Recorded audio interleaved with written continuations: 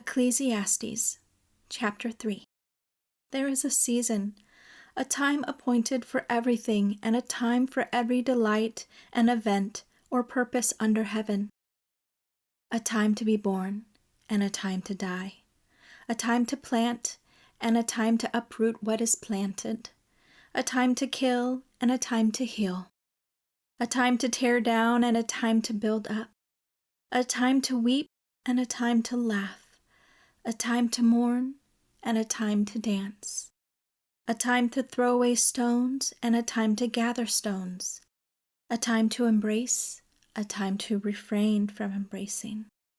A time to search, and a time to give up as lost. A time to keep, and a time to throw away.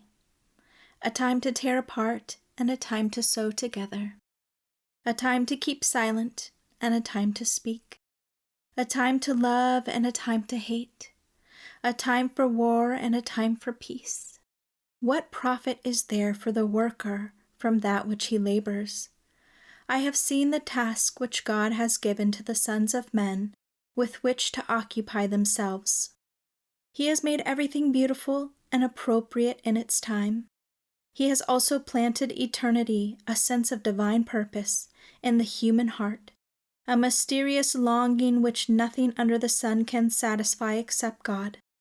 Yet man cannot find out, comprehend, grasp what God has done, his overall plan from the beginning to the end.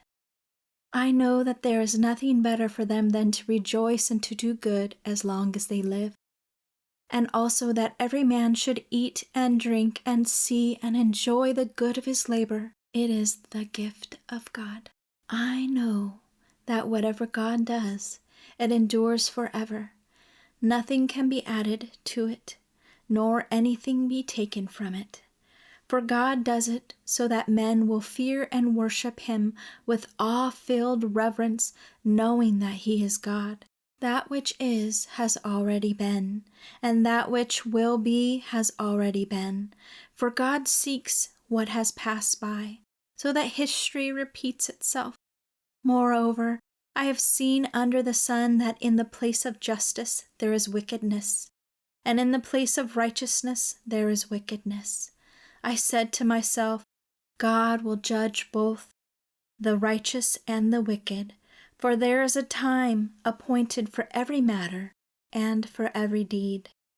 I said to myself regarding the sons of men, God is surely testing them in order for them to see that by themselves without God they are only animals.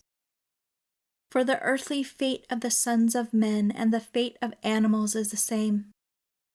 As one dies, so dies the other. Indeed, they all have the same breath, and there is no preeminence or advantage for man in and of himself over an animal, for all is vanity.